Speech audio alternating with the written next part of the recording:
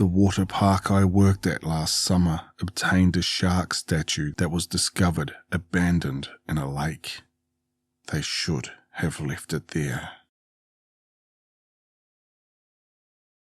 The summer Texas air hung heavy and thick, clinging to everything like a wet blanket, even as the evening sun dipped low. My name is Oliver, and for me, it was just another shift at Schlitterbahn Water Park.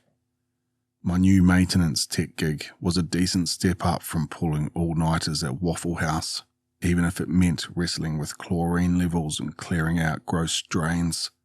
But tonight's task was different. Tonight, I had to dive to the bottom of the moor. This wasn't just any water slide. The moor was the park's newest, biggest, and without a doubt, its most unique attraction. It was a giant slide, but the real showstopper was at the very end. The park owner, Sterling, a dude with more money than sense and a famously macabre taste, had bought it. It was a shark statue, dredged from the cold, murky depths of some forgotten lake. According to Reddit, the statue was a prop from a low-budget horror flick sunk by its creators to startle unsuspecting divers after production wrapped. I'd seen the pictures online, the ones that popped up if you dared search for abandoned lake shark statue. They were unsettling, sure, but more fascinating than frightening to me. Just a big, weird piece of art. A quick warning.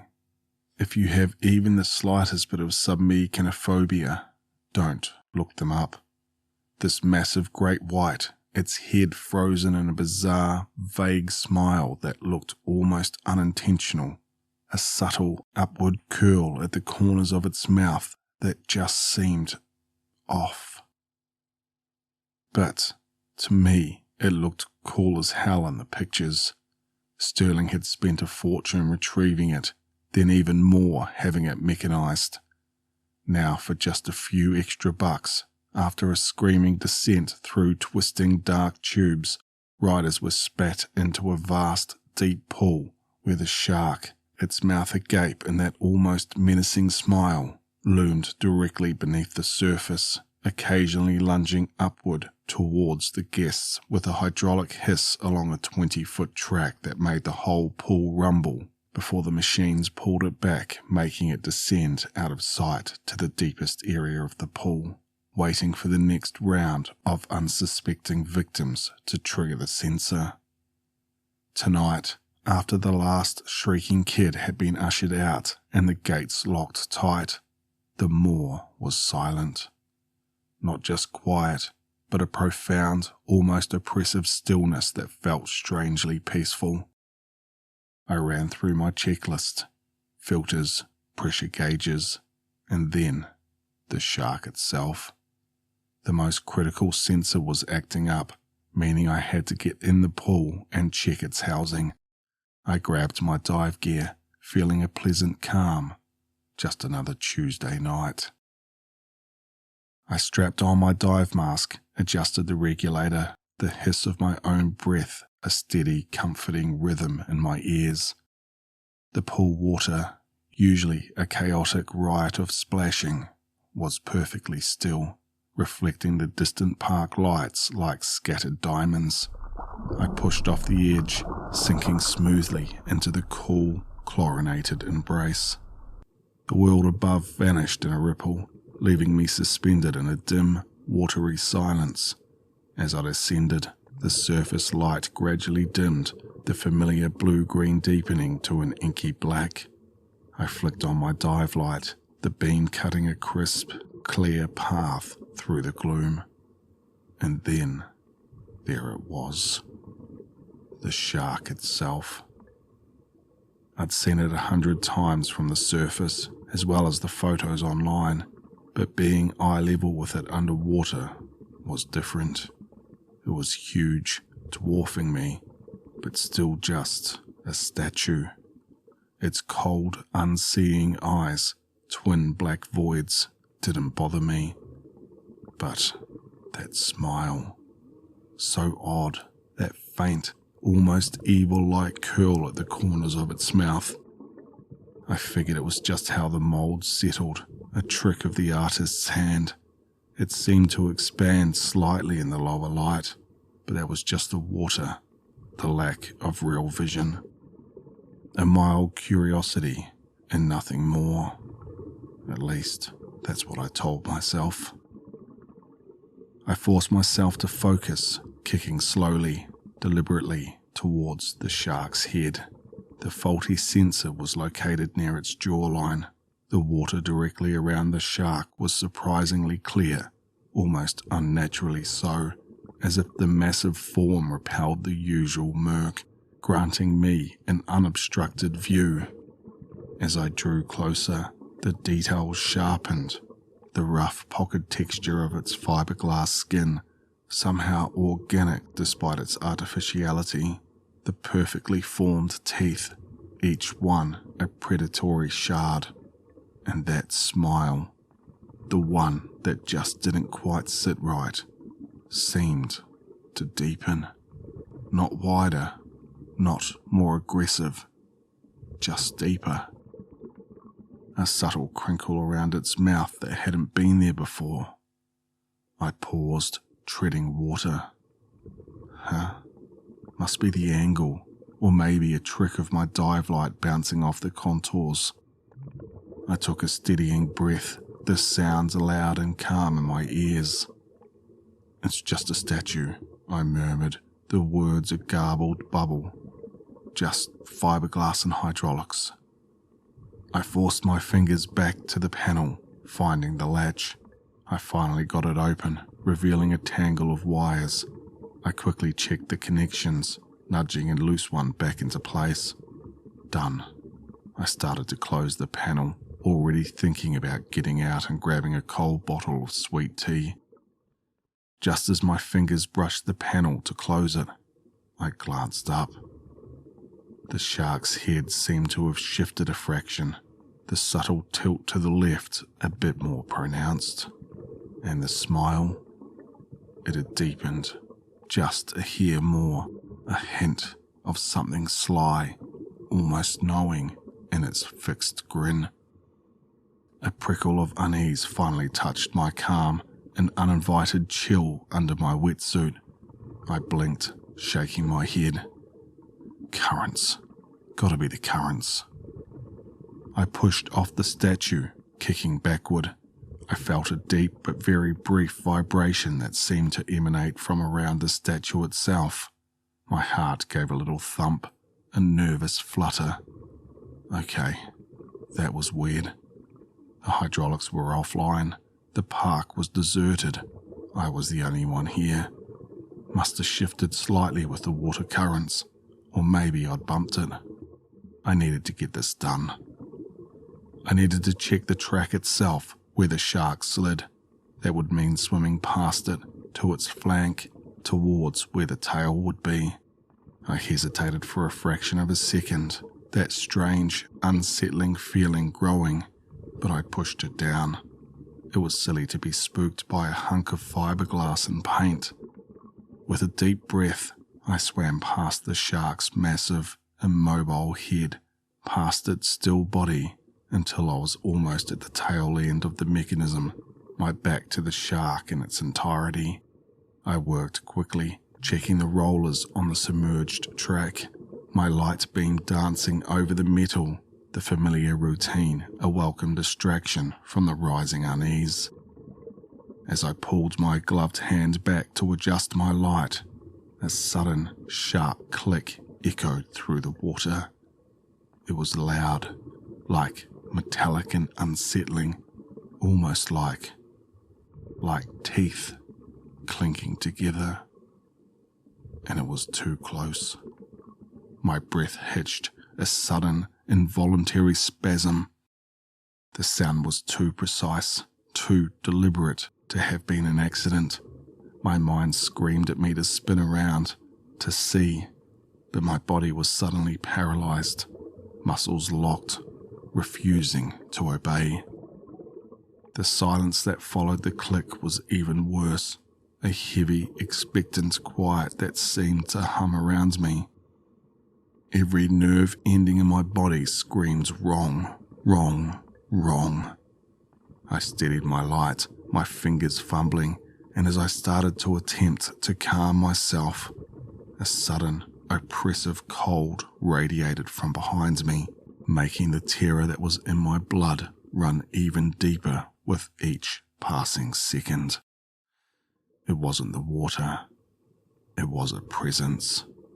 A chilling weight, a suffocating awareness that filled the space directly behind me.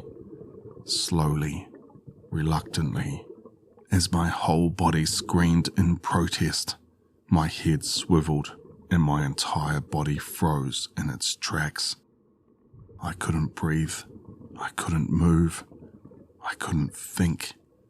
All I could do was stare in horror at the sight before me. The shark. It was no longer facing forward, its head merely tilted. No. It hadn't even just tilted further, a gradual nor a deliberate lean into my personal space. Its entire body was turned completely on its axis, now facing me head on. Its nose was now only a mere 5 feet away from the protective glass of my mask.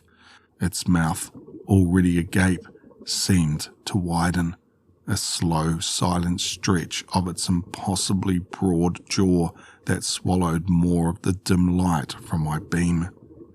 The grin was not just vague, deep or sly anymore. It was a monstrous, impossible rictus of pure, menacing evil. It stretched impossibly wide, pulling back, until its lips seemed to tear, revealing every single one of its impossibly white, jagged teeth, each one a perfect, ancient blade. Its eyes, those dead, black, unseeing eyes, were now ablaze with a malevolent, hungry glee, reflecting my own terrified, distorted face in their depth. It was still immobile as it had always been, still as night, but its expression showed a sliver of hidden mortality that shook me to my core. It wasn't just watching me. It was savouring my terror, a silent yet deafening laugh in its fixed, demonic smile, a cruel amusement in its paralysing gaze. It was alive, and it was playing with me. Oh, fuck. I didn't bother with my tools. I kicked with desperate, frantic, soul-shattering force, propelled by pure, primal terror through the water. The silent grin of the moor, its eyes lit up with sinister delight, burned itself into my mind, its own special brand of terror. I clawed my way upwards, kicking and thrashing, desperate to break the surface, to escape the crushing darkness. My lungs burned, screaming for air, the dim outlines of the surface lights shimmering tantalizingly above me. Shimmering tantalizingly above. I was halfway there, a choked sob bubbling from my throat when I couldn't help myself. I took one last terrified, agonizing look back. The track was there, but the fucking shark was gone. Nothing but the wavering reflection of the park lights and the silent, swirling chlorine. No. I thrashed and kicked furiously towards the lights that swore me my safety, my eyes playing tricks on me, every bubbly wave from my erratic movements that momentarily obstructed the few inches of clear vision I had was a fin and a flash of a gigantic tooth. The surface seemed 1,000,000 miles away, the fear that I would be pulled back down to the bottom of the darkness the second before I finally reached the safety of the dock weighing me down. But I scrambled out of the pool, tearing my mask, my breath coming in ragged, painful, heaving sobs that racked my whole body. I stumbled backward, away from the wooded edge, my gaze fixed on the water, watching it slowly settle. The placid surface a cruel lie. I knew it wasn't empty.